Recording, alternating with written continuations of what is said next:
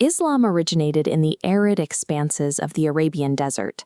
Now, its largest demographic center sits across thousands of tropical volcanic islands in Southeast Asia. Across the Middle East and North Africa, early Islamic empires secured their borders and spread their influence through rapid military expansion. Southeast Asia saw no such invasion. No single Islamic army ever crossed the Indian Ocean to conquer the archipelago by force.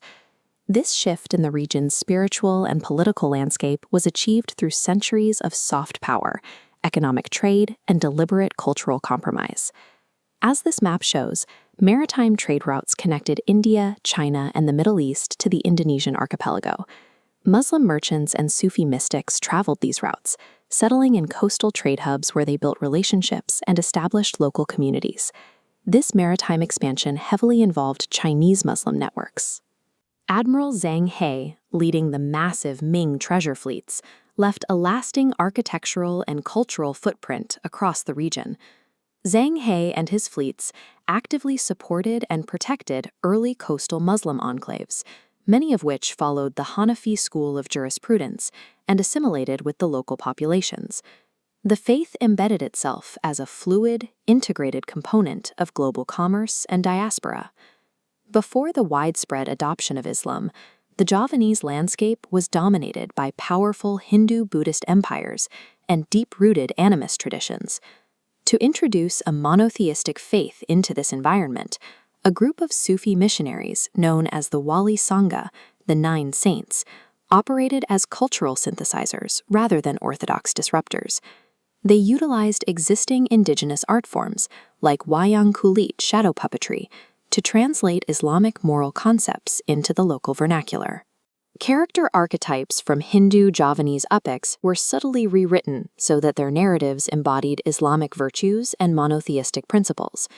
They also positioned traditional gamelan musical ensembles inside mosque courtyards, using the familiar metallic rhythms to draw crowds and physically acclimate early converts to the new religious spaces. By anchoring their teachings in these familiar art forms, the Wali Sanga transformed a foreign monotheism into a localized indigenous identity. State policy eventually mirrored this cultural integration. In 1633, Sultan Agam decreed the unification of the Islamic lunar calendar with the indigenous Javanese Saka calendar, ensuring religious holidays aligned with local timekeeping. Anthropologist Clifford Geertz later categorized this layered Javanese society into three distinct sociological streams: the Abangan, the Santri, and the Priyayi. The Abangan were the rural peasants practicing a syncretic blend of animism and Islam. The Santri were Orthodox Muslim traders. The Priyayi formed the aristocratic elite, focused on court etiquette and mysticism. These distinct classes coexisted and physically united during state-sponsored syncretic ceremonies, like the Sakaten Festival, a traditional cultural procession that celebrated the birth of the Prophet Muhammad. This structural and temporal integration ensured that Islamic practice permeated every socio-economic layer of Javanese society. As these coastal communities accumulated wealth, cultural soft power translated into geopolitical hard power, leading to the rise of early Islamic states like the Samudera Pasai kingdom.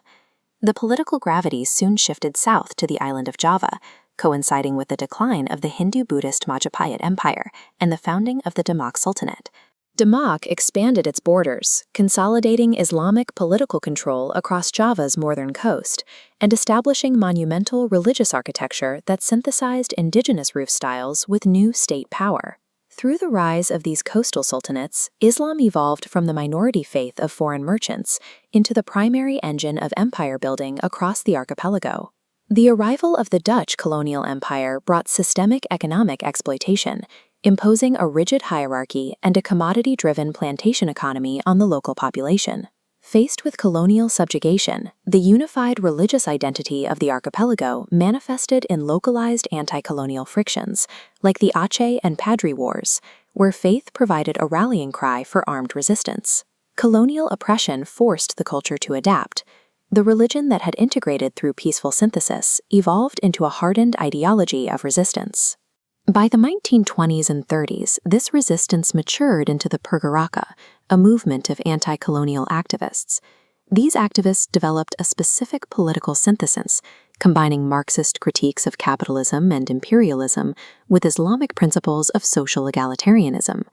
Figures like Muhammad Hatta and Sultan Shafir drove this intellectual development through study circles and organizations like the Pendidikan, cultivating a deeply educated nationalist vanguard. Crucially, these leaders fiercely rejected Soviet control. They were pious Muslims who utilized socialist analytical frameworks strictly to articulate a vision of a sovereign Indonesia.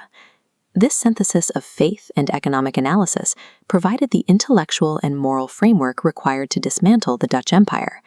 This revolutionary hybrid spirit was absorbed into the modern nationalist movement, led by figures like Sukarno, and institutionalized by massive civil organizations like Muhammadiyah and Nahdlatul Ulama. From the quiet arrival of diaspora merchants on ancient trade winds to the intellectual crucibles of the 1930s, the faith traversed a vast historical arc. Through these centuries of translation and adaptation, Islam provided the common language and organizational structure for the